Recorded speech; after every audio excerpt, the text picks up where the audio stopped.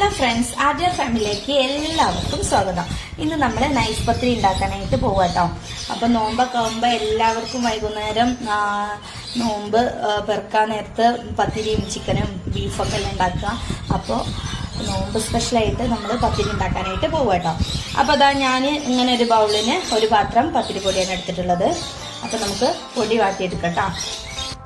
അപ്പോൾ ഇതാ നമ്മൾ ആ പത്തിരിപ്പൊടി എടുത്ത ആ സെയിം പാത്രത്തിൽ തന്നെ ഒരു പാത്രം വെള്ളം ഒഴിച്ചു കൊടുക്കുകയാണ്. അതുപോലെ തന്നെ ഒരു ഇത്തിരിയും കൂടി വെള്ളം ഒഴിച്ചു കൊടുക്കുക കേട്ടോ. അപ്പം നമ്മളെ ചാനൽ ആദ്യമായിട്ട് കാണുന്നവരാണെങ്കിൽ ലൈക്ക് ചെയ്യുക, സബ്സ്ക്രൈബ് ചെയ്യുക, സപ്പോർട്ട് ചെയ്യുക കേട്ടോ. അപ്പോൾ ഇതാ നമ്മൾ പൊടിക്ക് ആവശ്യമായ ഉപ്പും കൂടി ചേർത്ത് കൊടുക്കുക കേട്ടോ.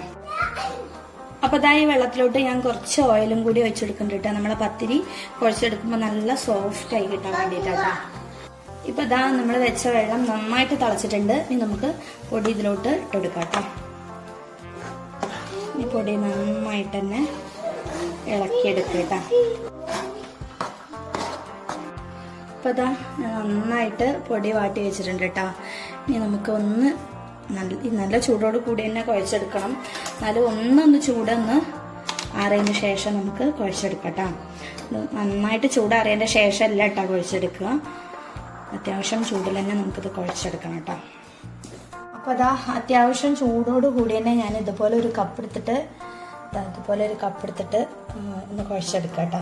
അത്യാവശ്യം നല്ല ചൂടുണ്ട് കേട്ടോ. അപ്പോൾ ചൂടോട് കൂടി തന്നെ ഒന്ന് ഇതുകൊണ്ടൊന്ന് അമർത്തി കൊടുക്കണേ.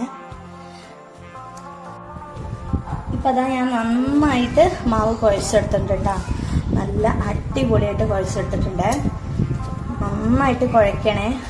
കുഴക്കിൽ നന്നാകുമ്പോൾ തന്നെ നമ്മൾ പത്തിരി നന്നാവുള്ളൂ. അപ്പോൾ അതാ ഇനി നമുക്ക് നീളത്തിൽ പത്തിരി മാവ് പിടിച്ചിട്ട് നമുക്ക് ഓരോരോ ബോളുകളാക്കി എടുക്കാം. ഇപ്പം അതാ ഞാൻ ഇങ്ങനെ ഇതാ നീളത്തിൽ മാവ് ഇങ്ങനെ പിടിച്ചിട്ടുണ്ട്. നമുക്ക് ഓരോരോ ബോളുകളാക്കി എടുക്കാൻ വേണ്ടിയിട്ടാട്ടോ. ഇനിയിപ്പോൾ ഇതാ നമുക്ക് പത്തിരിക്ക് എളുപ്പത്തിന് വേണ്ടിയിട്ട് നമുക്ക് ഇതങ്ങനെ ഓരോരോ പീസുകളാക്കിയിട്ട് കട്ട് ചെയ്ത് കൊടുക്കാം. ഇപ്പൊ ഇതാ ഞാൻ എല്ലാം അങ്ങനെ കട്ട് ചെയ്ത് വെച്ചിട്ടുണ്ട്. ഇനി നമുക്ക് അങ്ങനെ ഉരുട്ടിയെടുക്കട്ടോ. ഞാൻ പറയുന്നതിന്റെ ഒപ്പം തന്നെ മോളും പറയുന്നുണ്ട് കേട്ടോ. അപ്പൊ ഇതാ ഇതുപോലെ എല്ലാം നമുക്ക് ആക്കിയെടുക്കാം.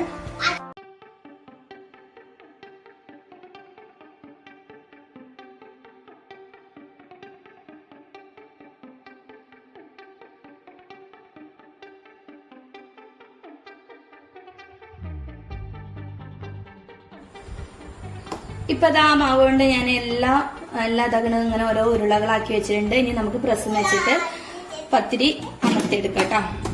പരത്തിയെടുക്ക. അപ്പൊ ഇതാ ഞാൻ പ്രസ്സുമ്മ കുറച്ച് ഓയിലാക്കി കൊടുക്കട്ടാ. അപ്പൊ ഇതാ ഓരോ പത്തിരിയായിട്ട് നമുക്കൊന്ന് പ്രസ് ചെയ്തെടുക്കട്ടാ. ഇതാ നന്നായിട്ട് അമർത്തി എടുത്തിട്ടുണ്ട് കേട്ടോ. ഇതാ ഒരു പ്ലേറ്റിലോട്ടിട്ട് ഇത്തിരി പൊടി നമുക്കൊന്ന് തൂവി കൊടുക്കാം. ഓവർ പൊടിയായാൽ കരിഞ്ഞു പോകട്ടാ നമ്മൾ ചുട്ടെടുക്കുന്ന സമയത്ത്. അപ്പം ഇതാ ഇത്ര പൊടി ഇട്ടിട്ട് നമുക്കൊന്ന് തട്ടി കൊടുക്കട്ടോ.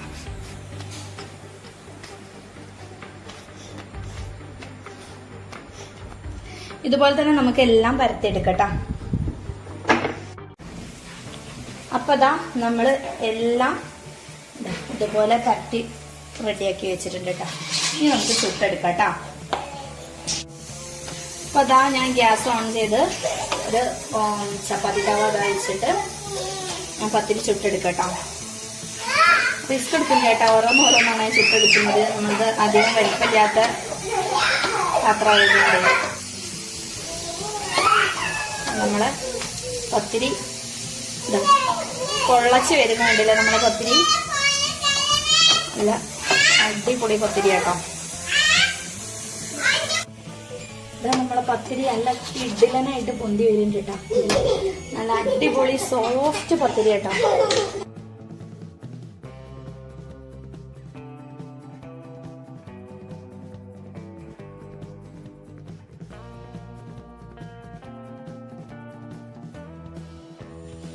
അപ്പോൾ ഇതാ നമ്മൾ പത്തിരി എല്ലാം ചുട്ട് കഴിഞ്ഞിട്ടുണ്ട് കേട്ടോ.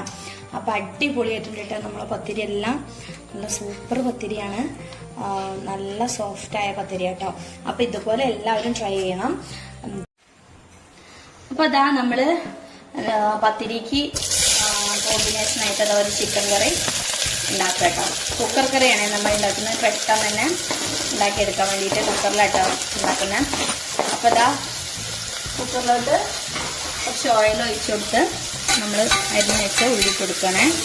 ഇനി കുറച്ച് ഉപ്പും കൂടി ഇട്ട് കൊടുക്കാം കേട്ടോ.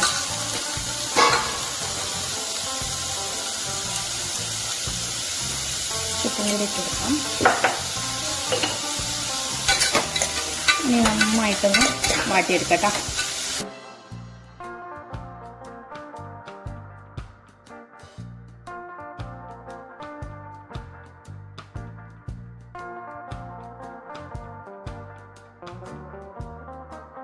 ഞാനിതിലോട്ട് ചതച്ചതായിട്ട് ഇഞ്ചിയും വെളുത്തുള്ളിയും പച്ചമുളകും മല്ലിച്ചപ്പും കറിവേപ്പിലയും ഒക്കെ കൂടി ചതച്ച് വെച്ചതാട്ടോ. ഇതിലോട്ട് ഈ പേസ്റ്റ് നമുക്ക് ഇതിലോട്ട് ഇട്ടെടുക്കാം.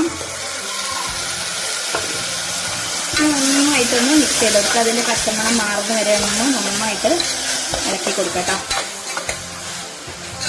ഇനി ഒരു വലിയ തക്കാളി കട്ട് ചെയ്ത് വെച്ചാണ് അതും കൂടി ചേർത്ത് കൊടുക്കുന്നുണ്ട്. നന്നായിട്ടൊന്ന് ഇളക്കി കൊടുത്തിട്ട് നമുക്കൊന്ന് അടച്ച് വെച്ചൊന്ന് വേവിച്ചെടുക്കട്ടോ. ഇനി നമുക്ക് ഇതിലോട്ട് പൊടികൾ ചേർത്തെടുക്കട്ടോ. ഒരു 2 ടീസ്പൂണോളം മല്ലിപ്പൊടി ചേർത്തെടുക്കുന്നുണ്ട്. അതുപോലെ തന്നെ മഞ്ഞൾപ്പൊടി ചേർത്തെടുക്കാം. എരിവിനുള്ള മുളക് പൊടി, അതുപോലെ തന്നെ ചിക്കൻ മസാല ചേർത്തെടുക്കുന്നുണ്ട് കേട്ടോ.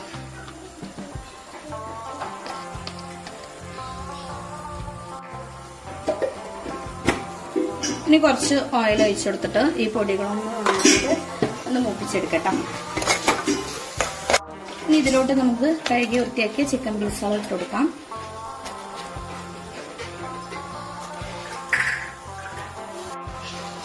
നന്നായിട്ടൊന്ന് ഇളക്കി കൊടുക്കട്ടെ. ഇനി നമുക്ക് കറിക്ക് ആവശ്യമായ അത്രയും, പത്തിരിക്ക് അത്യാവശ്യം കറി വേണമല്ലോ, അപ്പൊ നമുക്ക് വെള്ളം ഒഴിച്ചു കൊടുക്കാം. ഇനി നന്നായിട്ടൊന്ന് ഇളക്കി കൊടുക്കാം. ഇനി നമുക്ക് കറിവേപ്പില ഇട്ട് കൊടുക്കാം. അതുപോലെ തന്നെ